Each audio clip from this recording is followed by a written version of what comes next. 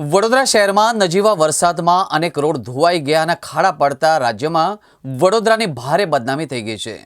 કોંગ્રેસે ખાડોદરા દર્શન યાત્રામાં શહેર કોંગ્રેસ પ્રમુખ ઋત્વિક જોશી, વિપક્ષના નેતા ચંદ્રકાંત શ્રીવાસ્તવ સહિત કાર્યકરોએ વિહાર ટોકીઝથી ઈદગાહ મેદાન, ગાજરાવાડી પગપાળા ચાલી ખાડા અંગે વિરોધ પ્રદર્શન કર્યું હતું.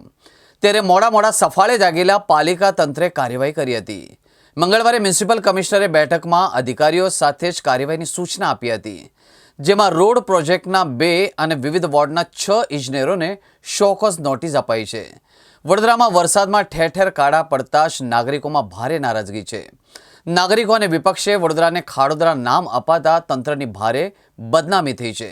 ત્યારે હવે કાર્યવાહીનો કોરડો વીંઝાયો છે. મ્યુનિસિપલ કમિશનર અરુણ મહેશ બાબુની અધ્યક્ષતામાં મળેલી બેઠકમાં માત્ર શહેરના ખાડા ખાબોચિયા અને રોડ ધોવાઈ જવા બાબતે ચર્ચા કરી મ્યુનિસિપલ કમિશનરે આદેશ આપ્યો હતો.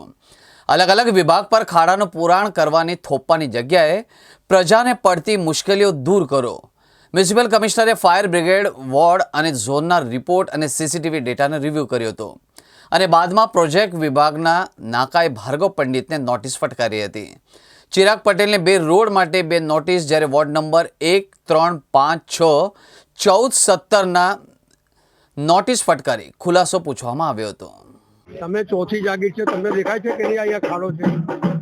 આ અંતિમ ક્રિયાનો રોડ છે. માણસ મરી ગયા પછી જે ચિતા સૈયા પર જે સુવા જાય છે, ત્યારે એના પરિજનો, એના બધા લોકો એને કાંધા પર લઈ અને શમશાન આવતા હોય અને એ પણ ચડી જાય, એમને પણ વાગે. આ કેવા તમારી સ્માર્ટ સિટી છે, કેવો તમારો બરોડા શહેર છે. આ સર સિયાજીરાવ ગાયકવાડની નગરી, જેની અંદર નવનાથ મૂકેલા, નવનાથ બી છે, તો એ લોકોને પણ પડે છે. એટલે આ ઊંઘેલો તંત્ર અને ભ્રષ્ટાચારી તંત્રને જગાડવાનો આ અમારો એક પ્રયાસ. ભ્રષ્ટ ભાજપના શાસનમાં મહારાજા સયાજીરાવ ગાયકવાડનું વડોદરા શહેર આ ભ્રષ્ટાચારી લોકોએ ખાડોદરા બનાવી દીધું. વડોદરા શહેરનો કોઈ વોર્ડ, કોઈ વિસ્તાર બાકી નથી, કોઈ રોડ બાકી નથી કે જ્યાં મોટા ખાડા ના હોય. વચન તો આપેલું કે લખોટી ગબડે એવા રોડ આપીશું, પણ આ જે રોડ રામનાથ મહાદેવ, ગાજરાવાડી સ્મશાન, આ રોડ પર માણસો લખોટીની જેમ ઉતરે એવો રોડ છે. આટલા વર્ષોથી આ રોડની આવી દયનીય સ્થિતિ છે. અને આ વિસ્તાર વોર્ડ નંબર 14 માં આવે. વોર્ડ નંબર 14 માં 4 કોર્પોરેટરો ભાજપના છે. કોઈ અહીંયા જોવા નથી આવ્યું. આ વિધાનસભા રાવપુરા લાગે.